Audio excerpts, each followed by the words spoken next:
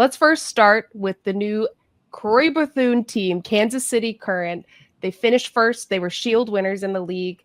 They've got a new coach coming in, Chris Armas. They made some really big moves this offseason. They brought in Corey Bethune, Gianna Paul, Amelia White, and Amelia Brewer, and lost Haley Mace, Claire Hutton, Alex Pfeiffer, and Michelle Prince. Sandra, because we've covered this league for so long and loved the way Kansas City played last year, I'm pretty sure Kansas City busted most of our attacking third brackets, though not making it into the championship and sweeping.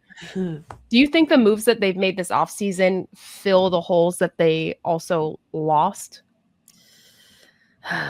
Not really, honestly, but that doesn't mean I don't think that they're incredible moves. I think when you look at the most recent move with Bethune in and Hutton out, these are like two incredible midfielders who operate in like opposite sort of functioning roles. So it's like, incredible, but how? And I think that's going to be the question for Chris Armas to answer. And I'm actually looking forward to that because it's going to be first year of NWSL experience for him. And he has already talked a lot about coming into this team and not needing to change too much. And he even, in fact, he has this reference point where he says 1% here, 1% there. You don't need to do too much. Maybe we need to do 1% here and 1% here in these certain buckets. But now, as the regular season looms closer and more moves have been made, I'm kind of like, no, it's not going to be just 1%. You're going to have to really get in there and do some coaching, my guy. Claire Hutton's a good 15-20% of how you're going to have to change defensively over there. Correct. And so I'm kind of like, well, this is definitely going to need to sort of iron itself out. And that is going to be the responsibility of the coaching staff, because I think when you look at some of these players that you are getting in Bassoon and Paul and White and Brewer, what are the plans for them? How are you going to communicate that effectively to those players in terms of their roles and your expectations of them, the goals that you want to set for them and help them reach in terms of their development and what it could provide for the team. I'm very much looking forward to that because there's also those question marks around what is, how is Temwa Shuinga going to look coming back? How is Michelle Cooper going to look coming back? And so Allie Sidnor move up to the 9 now. A lot of, I think there's a lot of interesting things here around Kansas City currently. Those are my biggest question marks for sure. That because my biggest surprise was the Bethune move. I just couldn't get it. But then with Chowinga, I was like, is it more depth? Is it more strength? Because she's incredible and what a miss the spirit she will be. But then I thought the exact same. My doubts are around Chowinga on fitness because the dynamics of Casey completely changed when she wasn't in the squad going to playoffs. It was so obvious that that was the biggest miss. So obviously incredible signing.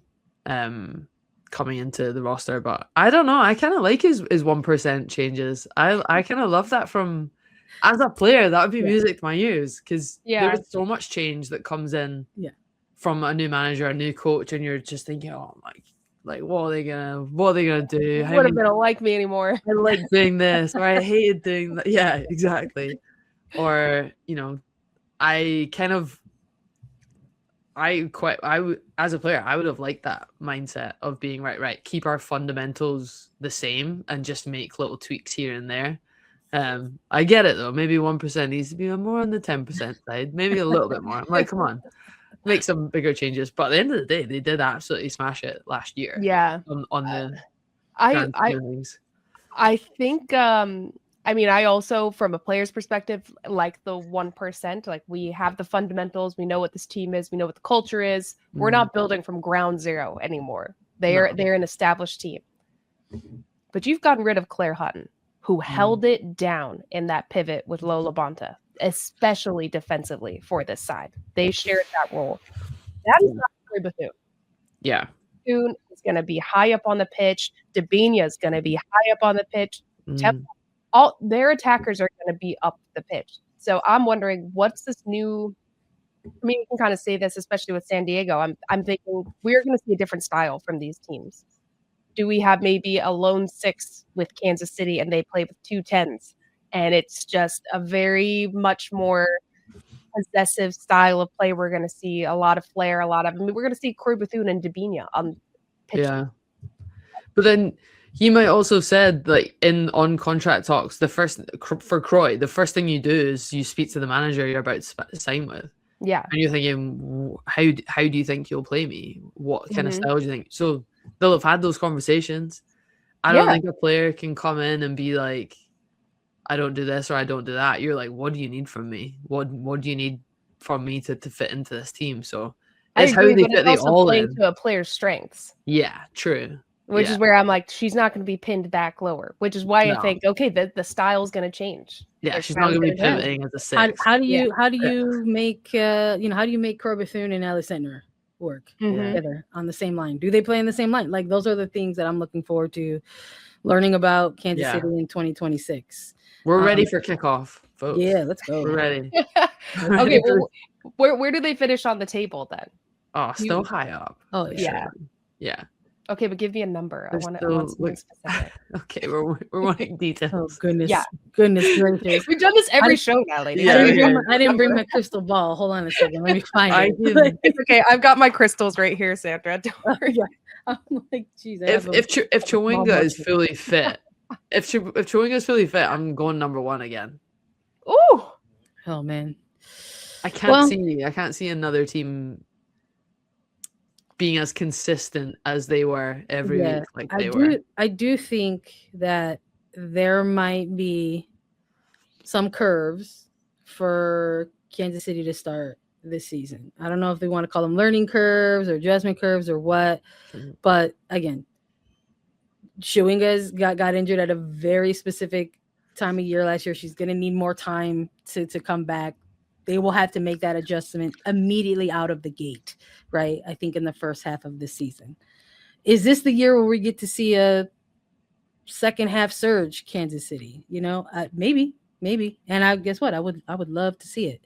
But I still see them as contenders. They've earned that respect in their records history making season last year. They earned the respect of like a top 3 prediction going into the season. Now, will they maintain that throughout what's going to now be the longest season ever in NWSL history?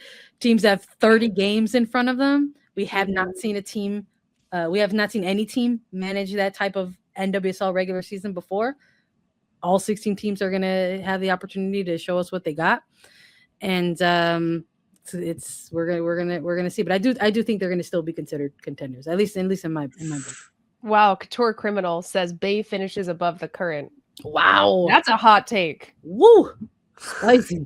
I need to see more transfers in for Bay. Oh man, I think that'll be. Put that on my Mexican food Instagram. It's that spicy. Incredible. I love it. I also see them finishing in the 1 to 2 range. I think Sandra, that was such a good point. We have the longest season we've ever had in the NWSL. Which teams have the depth? Yeah. I think Kansas City is a team that does. Yeah. Maybe the learning curve, curve from a coaching perspective, but they have the personnel, I think, to overcome it. Chowinga, Cooper. Who else is coming? Sentnor is coming back from something. DiBernardo, maternity leave. Like, yeah. And when you look at like Labonta, DiBernardo, Rocky Rodriguez still with this team. Yeah.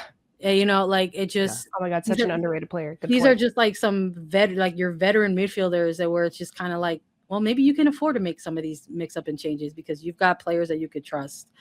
And when you have to hit those stretches of figuring things out. So yeah. Oh, you have to.